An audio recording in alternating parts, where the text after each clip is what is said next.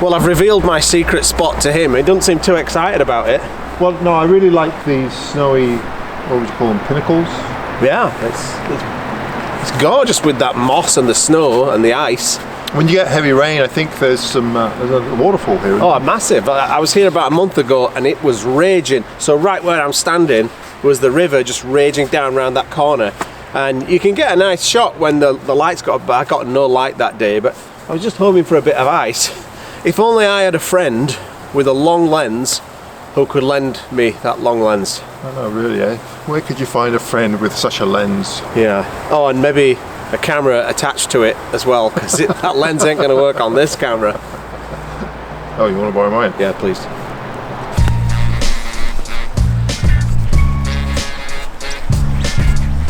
Oh, look at that snow coming down. F me. That's wind. That's just the wind. Jesus. Yeah, actually. Oh, you've got all kinds of on there now. Oh God! Can you even see us? Let's clean that up. You know what we creatives go through. Look at the windsock, it's completely covered in snow. Right, what we got here then? Have you ever used a Nikon? Yeah, my first DSLR was a Nikon. You know, there's a special way to hold it. Oh God, you know, you have to be very gentle. All right, yeah. It's solid, but you know, you've got to be gentle. Well, I've seen how you kiss them and caress them. Well, you know. Whoa. So I just no, got to mount it gently. Oh, right, yeah. There we go. Slide it in and just kind of, you know, caress the knob. Very sensual. And this has got a flippy screen, right? It does. It does have a flippy screen. Flippy screen. Flippy screen. How do you get the flippy screen out? Yeah, gentle. All right, yeah. Oh, there you go. Ooh, look at that, eh? Ooh. So, turn it on. I'm getting a free photography lesson here from Adam Gibbs. Yeah, so... Well, I think it's free, but there might be a charge later on. I've got put my spectacles on. So, the button on this side here controls the f-stop. Right. You know about f-stops, right? Yeah, something. And this controls the shutter speed. So I have it on manual, so everything's manual. Manual? Yeah, because masters do it manually. Yeah, I didn't know that. Hang on, let me just give it another wipe. That looks bad. Now, I've got 99% battery left on this, so we have at least 60 seconds before it dies. Live view. Yeah. Oh, wow. That's, you know, very technical. Just push this button down here. Yeah. And nothing happens. There you go. Live view. Off.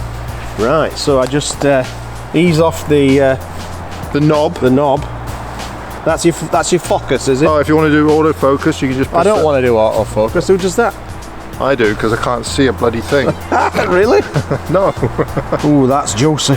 So manual focus. So you use autofocus then? I do, because my eyes are so bad. You don't trust your eyes. I have a lot of students that do that, and it's good because once you've got it locked with autofocus, you can then switch it back into manual, and then it doesn't keep refocusing, right? Mind you, this camera, even though it has autofocus, you should double check it, because there's been a few times where I've screwed up. So you've left it on the camera or on the lens? No, I'll autofocus and I'll just trust it, but it hasn't been focused. Oh. Yeah. Well, you got the focus peaking, which is good. Yeah. Shit. What lens is it? A 2.8? This lens? No, f4. Too slow. Cheap. Okay, so let's get down to f8. What's the sharpest aperture on this lens?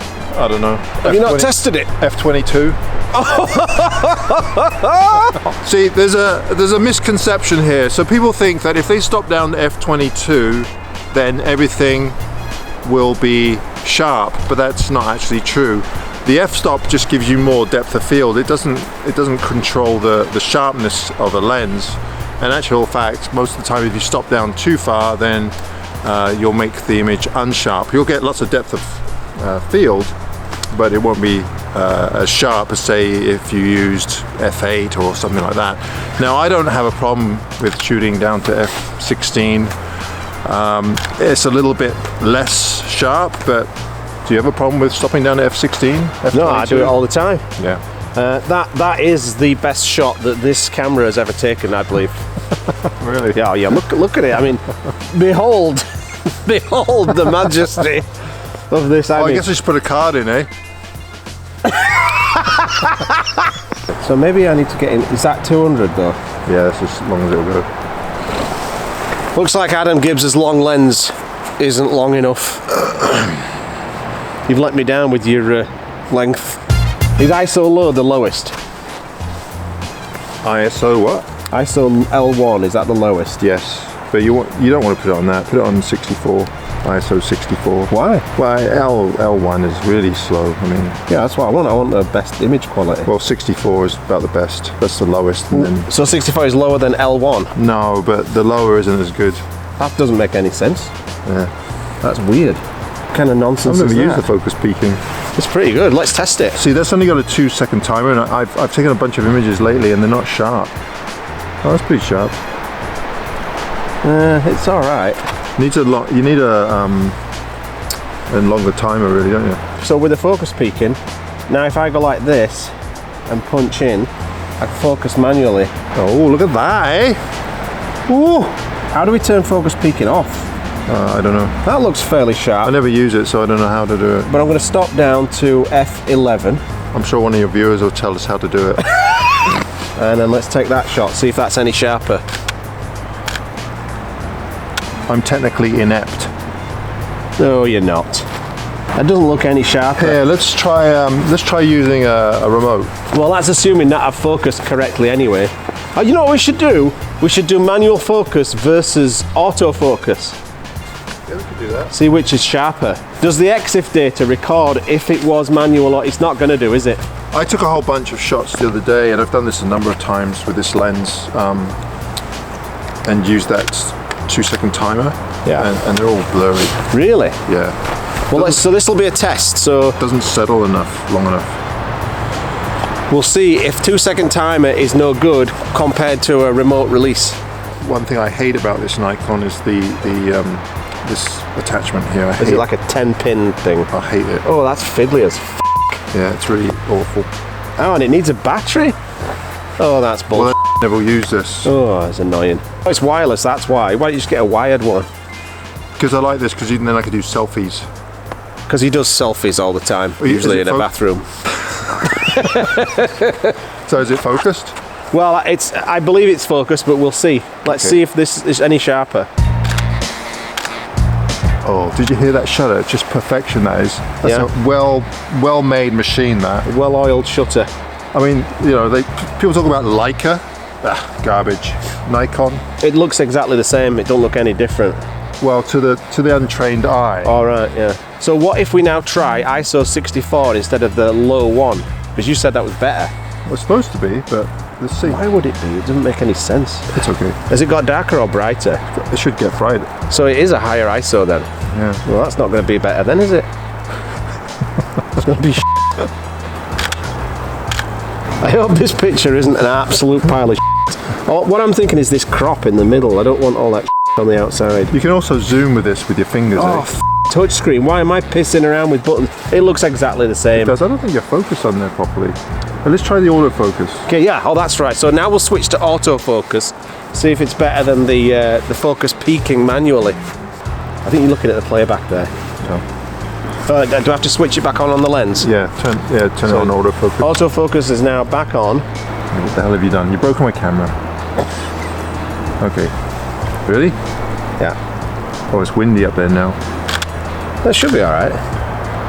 I think that's sharper. It is sharper, isn't it? That's sharp as shit. So the focus peaking is off a little. You should be able to change the sensitivity on it. But can we let's switch focus peaking off and let me just focus by eye. Right, so now we've switched off focus peaking, so now I'm going to try and focus manually. Hang on, I have something of note though. See this little indicator here that says battery indicator. Yeah. How much battery is left there, Gavin? That looks like 100%. 100%! So that's going to last how long? Weeks. Oh, see, my 100% lasts 42 minutes.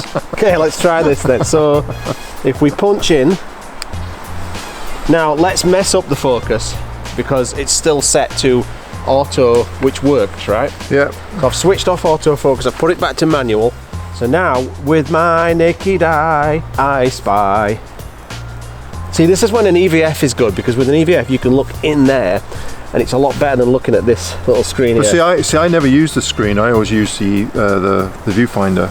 Yeah, but you can't magnify with an optical viewfinder, but with an EVF you can, right? Okay, I believe that is focused. Let's shoot that. So that is manual focus with no focus assist. Let's see if it's as good as the autofocus, which was good. Are you ready? Yeah. I think I'm confident this is going to be the best. Well, at least as good as. Oh yes, that's sharp. Sharp as shit. So now let's go back to ISO low, because I don't like this ISO 64 business.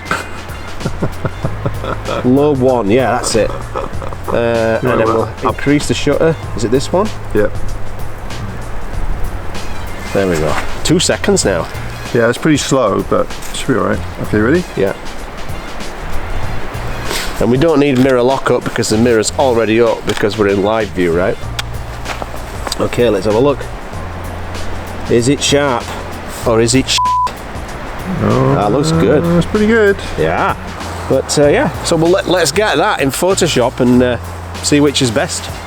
So here I am back at home with these images that we took, and first of all I have to just confess that this is a crap picture. We did not take a good picture, but it was more of a test than anything else. We were just testing out a little theory.